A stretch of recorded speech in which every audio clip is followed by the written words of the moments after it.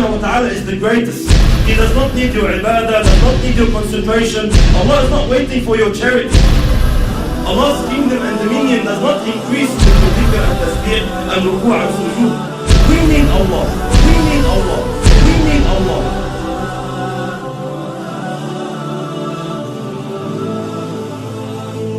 The issue of salat, the problem that we are facing with salat is that salat has to do with spirituality. It has to do with feelings that come through your heart and thoughts that come through your mind. A successful Muslim, like Allah subhanahu wa ta'ala says, قَدْ أَفْلَحَ الْمُؤْمِنُونَ الَّذِينَ هُمْ فِي صَلَاتِهِمْ خَاشِعُونَ. Verily the believers are successful, they are the ones who have khushu' in their salat. They pray properly, they stand before Allah subhanahu wa ta'ala properly. A crucial step, a crucial cornerstone in achieving this target is to know who you're standing in front of. Who are you speaking to? Which words are you reading? These feelings, this set of feelings, they have to come through your heart, and the more they take you on, the more they are in your heart, the better your salat is. And the weaker these thoughts and feelings come to your heart, the weaker your prayer is.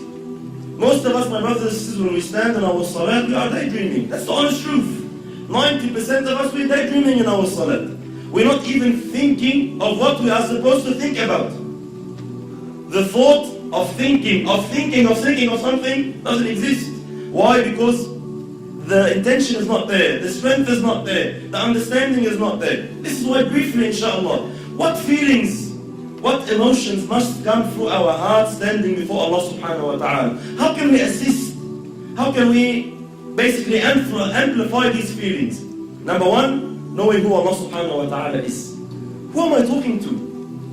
Who am I standing in front of? Allah subhanahu wa ta'ala, my brothers and sisters, does not need us.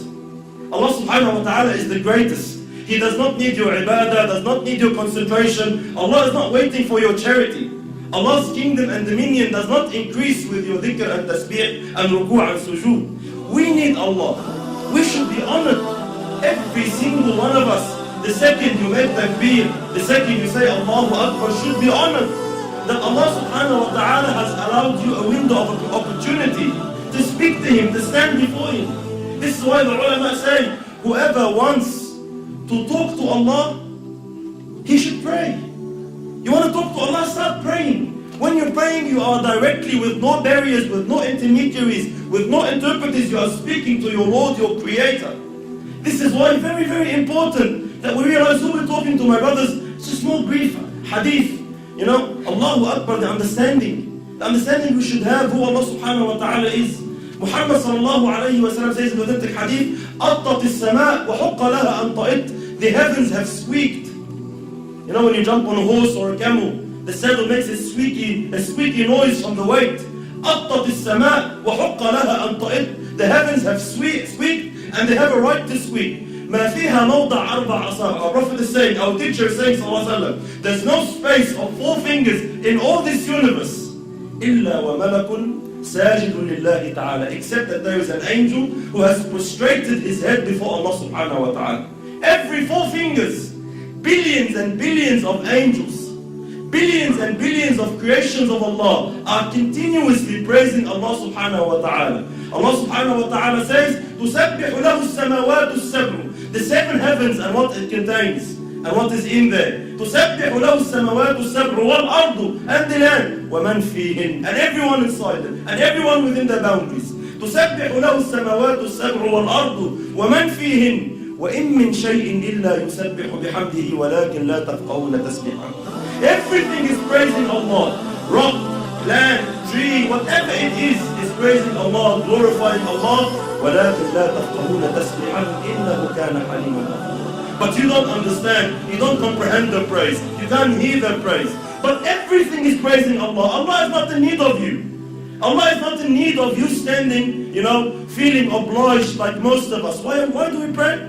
Majority of us, my brothers, we pray to offload the obligation. Alhamdulillah, I finished my salat. If you come and stand before Allah with this intention, are you unaware that Allah subhanahu wa ta'ala knows exactly what is going through your heart at that stage? When you come and say, I just want to get dhuhr over and done with. These feelings that come to us, we don't say them in public. No one can say, Allah, خلصنا بقى, let's pray. No one says that. No one says to his man, Allah, get over and done with, خلصنا. We say, let's go pray over in my heart. Allah, please, let's go. Let's go, over and done with. This feeling that I'm praying just to offload the burden of salat is not the right feeling you should have. You should be honored, my brothers and sisters, wallahi, in issues of dunya. When we deal in our dunya here, with human beings like us, wallahi, subhanallah, if you stand in front of someone you're afraid of, like a judge in court, or a bully of some sort in Auburn, or a president, a prime minister, an ASIO agent, wherever you stand in front of, what happens to you naturally, without no motivation, without no one to have to give you a 7-step course on how to fear him? Naturally speaking, subhanallah, your heart starts pounding.